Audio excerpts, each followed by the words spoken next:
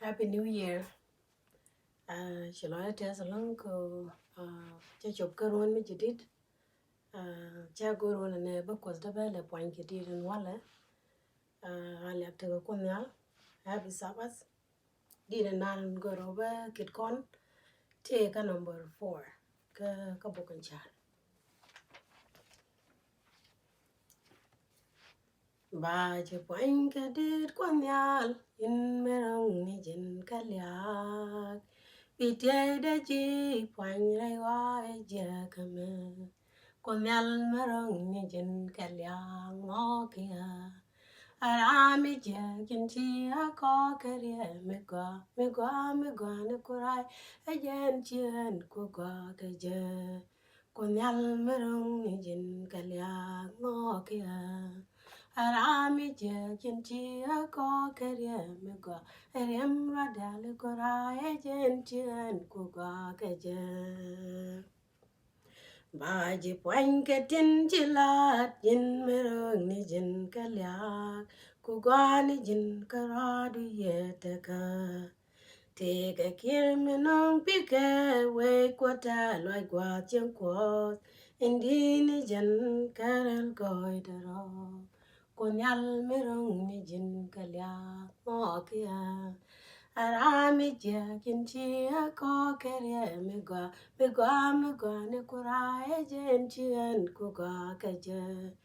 konyal merong ni jin kalyak mo kia Arami je kinchi ko kerie migwa ne kurai jen chien kugwa kaje Apalyak lat kutin gainak jin merong ni jin kalyak agoy dulat ke dulat du meraro konyal merong ni jin kalyak mo kia arami je gin chi ko kerie migwa ni kurai jen chien kugwa keje konyal merong ni jin kalyak mo kia Arami je gin chi ko kerie megwa erem radale kora ye jen chien kugwa keje konyal merong ni jin kalyak mo kia Arami je gin chi ko kerie megwa ne kora ye jen chien kugwa keje konyal merong ni jin kalyak mo kia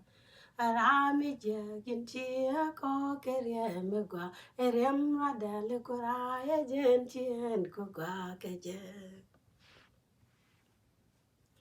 ni mekani pem ni chak ni mekani o ni chak e jin kun mi tisin wal ke jin mi jang nas ke lu wi lu tu lo gad hodem ke o shirun ti bador ga chang kel ke ji kun yal merong ni jin kelyak mo kia Arami je gin chi ko kerie megwa ne kura ye jen chien kugwa keje konyal merong ni jin kalyak mo kia Arami je gin chi ko kerie megwa erem radale kura ye jen chien kugwa keje Den when odian agang so kal kwasda ka ode chanka ma ka gwanyoni gwani ode ran chankal ku esu nire kalu keninti badari re kwan medong konyal merong ni jin kalyak mo kia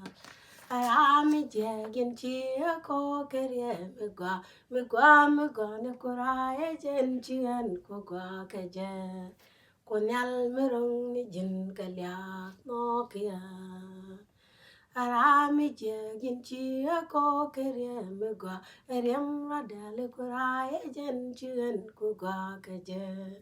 konyal merong ni jin kalyak mo kia Arami je gin chi ko kerie megwa ne kura ye jen chien kugwa keje kunyal mirung ni jin kalyak mo kia. Arami je kinchi ko kere mugwa rem rada le kura ye jen chien kugwa keje.